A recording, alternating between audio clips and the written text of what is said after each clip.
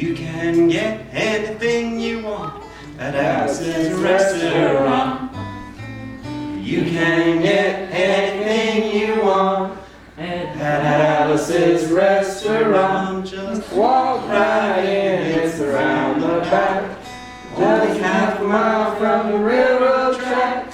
You can get anything you want at Alice's restaurant. I'm not going to bother with this. I'll tell you about how I wrote this song. Well, it started about 2 Thanksgivings ago, 2 years ago on Thanksgiving. Oh, wait, no, it's not. The song is called Alice's Restaurant. It's a song about Alice and a restaurant. But Alice's Restaurant is not the name of the restaurant, it's just the name of the song. That's why I call it a song, Alice's Restaurant. All started about 2 Thanksgivings ago when my friend and I went up to visit Alice at the restaurant. Alice doesn't live in the restaurant, of course. She lives in the church nearby the restaurant, the bell tower with her husband Ray and Botches the dog.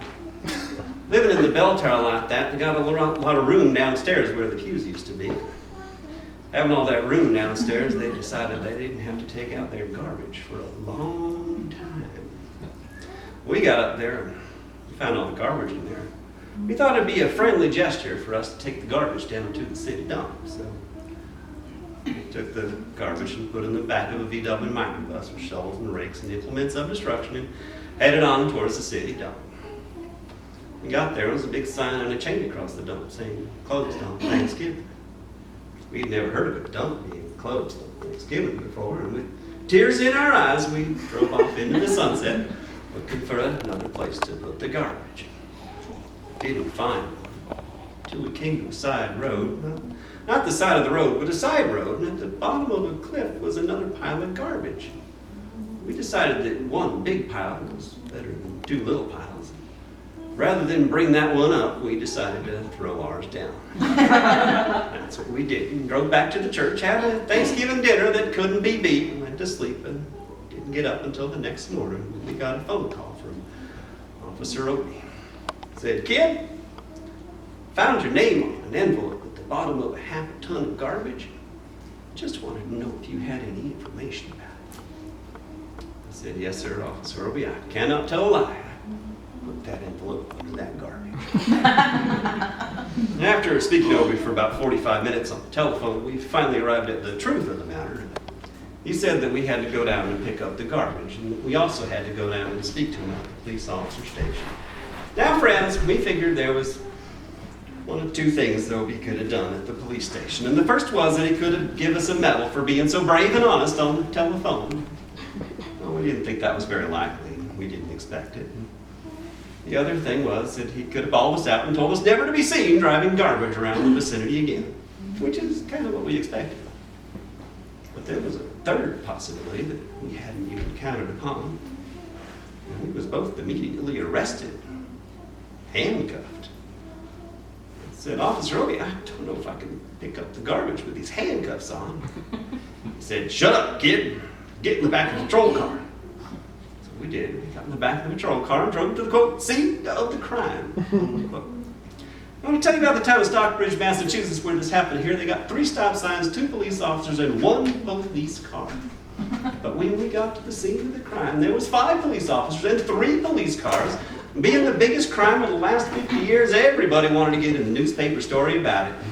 They were using up all kinds of cop equipment that they had hanging around the police officer station. They were taking plaster tire tracks and footprints and dog smell prints. And they took 27 8x10 colored glossy pictures with circles and arrows and a paragraph on the back of each one explaining what each one was to be used as evidence against us.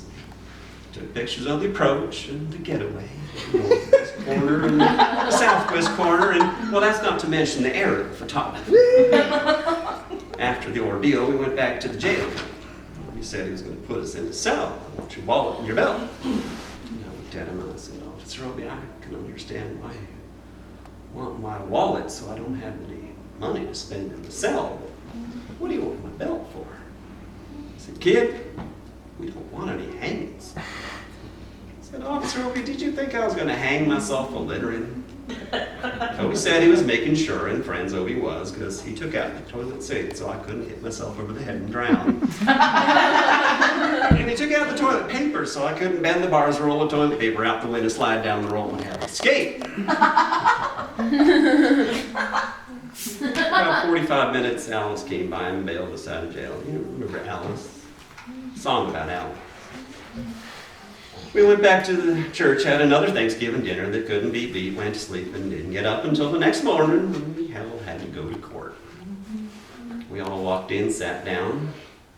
Obi came in with a 27-by-10 colored gloss pictures, circles and arrows, and sat down. Annie came in and said, "All rise." We all stood up. Obi stood up with the 27-by-10 colored gloss pictures. Judge walked in, sat down with his seeing-eye dog, and he sat down. We sat down. Obi looked at the seeing-eye dog. And then at the 27-by-10 colored glossy pictures with the circles and arrows and a paragraph on the back of each one, and looked at the seeing-eye dog again. And then at the 27-by-10 colored glossy pictures, and he began to cry because Obi came to the realization that this was a typical case of American blind justice, and there was nothing he could do about it. The judge wasn't going to look at the 27-by-10 colored glossy pictures with the circles and arrows and a paragraph on the back of it explaining what each one was. And we was fined $50 and had to pick up the garbage in the snow. That's not what I came to tell you about. I came to talk about the draft. We got a building down in New York City called Whitehall Street, where you walk in, you get injected, inspected, detected, neglected, infected, and selected. I went in to get my physical examination one day. Look and feel my best. I went in that morning, so I got good and drunk the night before. I wanted to look like, man, I wanted to be the all-American kid from New York City. And I walked in, I sat down, I was hung down, hung up, and all kinds of mean, nasty things. Then they gave me a piece of paper that said, "See the psychiatrist, room 604. Whose cat is this? And I went up to Mina's here. see the psychiatrist there, and walked in and said, "Brady, I want to kill. I want to see blood and gore and guts and veins in my teeth.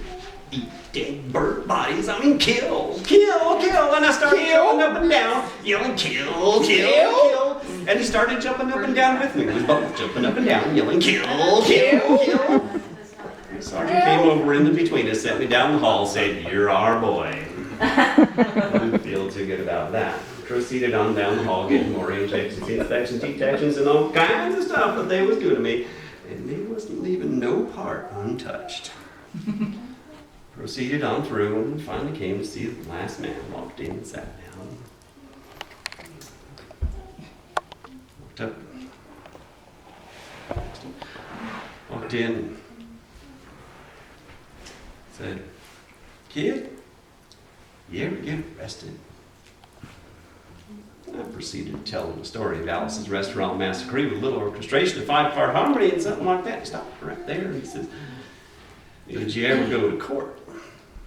And I proceeded to tell him the story of the 27-by-10 colored glossy pictures with the circles and arrows, and he stopped me right there and said, "I want you to sit down on that bench over there. It says Group W on it. Now, kid."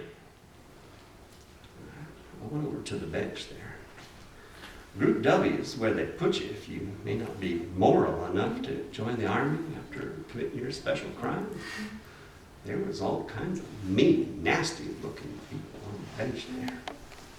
Mother rapers, father stabbers, and father rapers. Father rapers sitting right there on the bench next to me, and they was mean and nasty and ugly and horrible and crime-ridden guys sitting there on the bench, and the meanest, nastiest, ugliest one coming over to me, and he sat down and he said, "What'd you get?" I said, "I didn't get nothing. I had to pay $50 to pick up the garbage in the snow."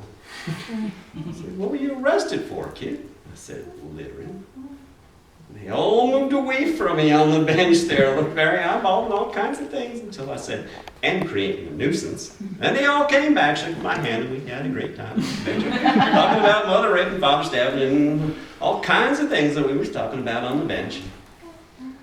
The sergeant came over, had some paper in his hands, held them up, and said, "Kids, This paper's got 47 words, 37, 58 words on your details of economy, about church, back corner of the south.